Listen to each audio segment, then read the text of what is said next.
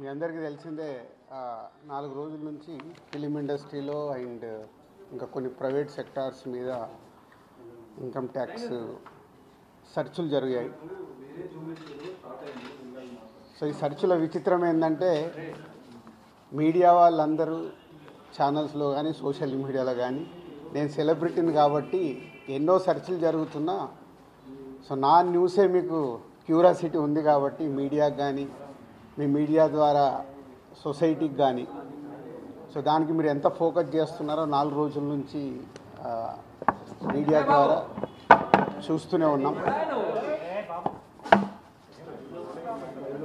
So అందుకే మీ క్యూరియాసిటీకి దీనికి 4 రోజుల నుంచి ఏమి జరిగింది అనేది చెప్పాల్సిన అవసరం ఉందని మీ అందరినీ పిలవడం జరిగింది.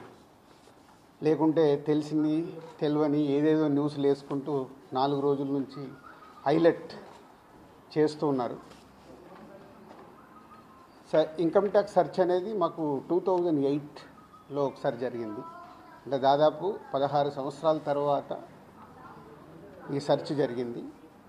మధ్యలో 3 టైమ్స్ సర్వేస్ ఉన్నాయి. సర్వేస్ అంటే అకౌంట్ ఆఫ్ బుక్స్ అనేది చూస్తారు. సో ఈ సర్చ్ అనేది ప్రాసెస్, వ్యాపారాలు చేస్తున్నప్పుడు ఇన్కమ్ ట్యాక్స్ చేయాల్సిన ప్రాసెస్. అలాగే మా మీద కానీ వేరే ప్రొడక్షన్ హౌజెస్ మీద కానీ ఫైనాన్సర్స్ మీద కానీ నిన్న సర్చెస్ అన్నీ ఉన్నాయి.